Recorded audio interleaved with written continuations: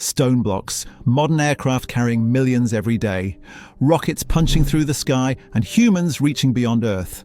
But here's the question that refuses to go away. Are these achievements truly modern, or did something like them exist thousands of years ago?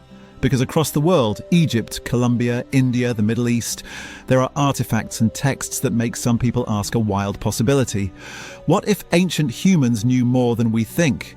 And if they did, where did that knowledge come from? Millions of people believe Earth may have been visited in the distant past by beings not from here.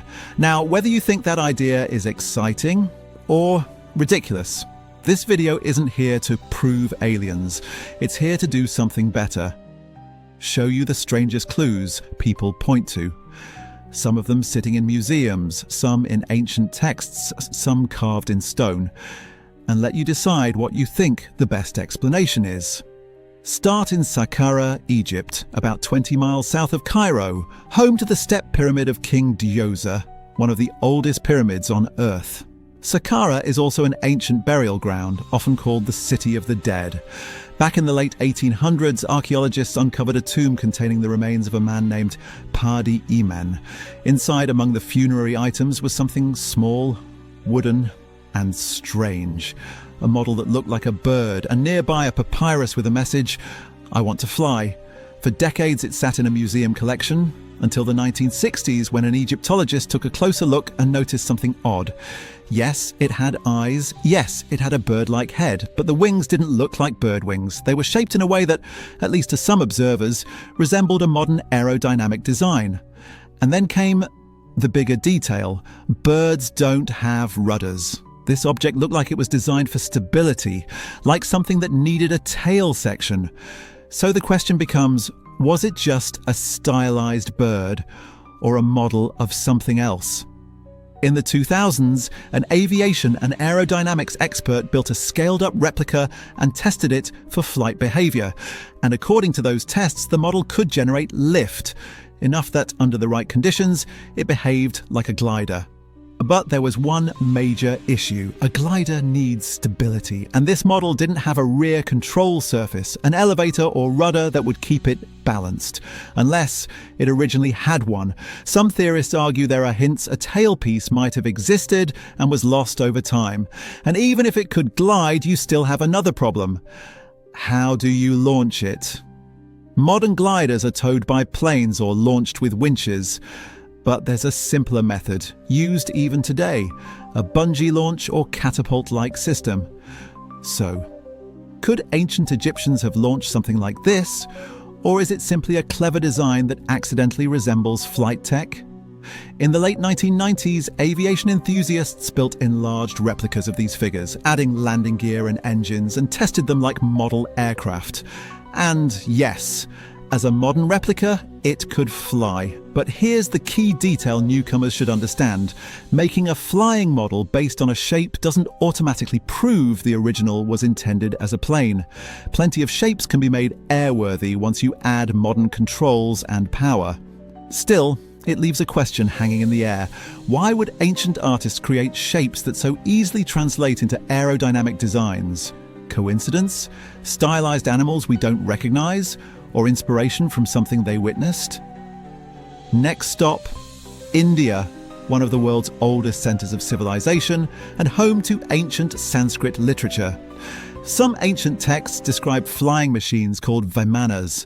Depending on who you ask, these are either symbolic myth or literal technology described in ancient language. What makes people pause is the level of technical sounding detail in certain passages. They describe metals, energy sources, pilot behavior, and even weapons. Some interpretations claim vimanas were powered by systems involving gyroscopes, electricity, and mercury, something like a mercury vortex engine. Now here's the grounded take. Even modern engineers argue that translating ancient language into modern engineering concepts is risky. Sometimes old texts describe things as they appear, not how they truly work. So a mercury engine might not literally be mercury. It might be a metaphor or a misunderstanding from later writers. But the reason vimanas stay in the conversation is simple. These texts describe flight not as magic, but as a system, with behavior, controls and consequences, like wind, pressure and fear from animals. That pushes one question to the front. Were these stories purely myth, or echoes of something real that got mythified over time? One of the most controversial ancient aircraft stories comes from the Bible, specifically the book of Ezekiel. Ezekiel describes a terrifying vision, a flying structure, with wheels within wheels, fire, brightness, movement that doesn't sound like an animal or a storm. Some interpret it as spiritual symbolism. Others argue it reads like a witness describing technology they don't understand. In the 20th century, at least one NASA engineer famously examined the description and tried to interpret it as a mechanical craft design, leading to even more debate. And that's the pattern you'll notice across all these examples. You can explain them spiritually, you can explain them mythologically, or you can explain them technologically. And depending on what assumptions you start with, you end up in very different places. Now we leave the sky and look at the ground, because if there's one mystery that hits people hardest, it's stone. Some ancient monuments use blocks so massive that even modern projects would struggle without heavy machinery. Egypt's valley temples, the megaliths of Baalbek in Lebanon, where some stones are estimated around 1,000 tons and more. So the question isn't just, could they do it? It's, why would they choose to do it that way? Why use blocks that massive if you don't have cranes? Some researchers claim there are tool marks on stone that look machined. Others say ancient techniques, abrasives, copper tools with sand, massive labor, time, can explain more than people think. But even modern stonemasons sometimes look at certain precision work and say, yes, it's possible by hand, but the time and skill required would be extreme. That's the opening ancient astronaut theorists jump through. Not that aliens built it, but that someone provided knowledge or tools that made the impossible practical. Then there are theories that go even further, like the idea that the biblical manna wasn't magic food, but produced by a machine, a device that could condense moisture and cultivate algae as nutrition, almost like survival tech for long journeys. Is it true? Mainstream historians don't accept it as literal. But the reason it persists is the same. People see ancient stories and wonder whether they're symbolic or technical descriptions disguised by the limits of ancient language.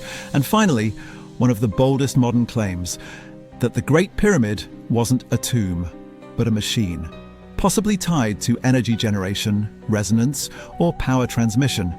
From hydrogen theories to microwave beam theories to comparisons with Nikola Tesla's dream of wireless power, it all circles back to one idea. What if parts of our past have been misunderstood or forgotten? So what's the truth? Maybe these artifacts are misunderstood.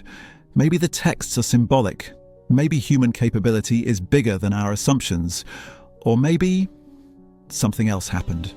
Something we don't fully recognize yet. Either way, one question remains the heartbeat of it all. Are we missing part of the story? If you want part 2, I can cover the strongest skeptical explanations for each artifact and compare them side by side. And if you enjoyed this, hit like, subscribe, and comment. Which clue is the weirdest to you? The Saqqara Bird, the gold jets, the Vimanas, or the megastones?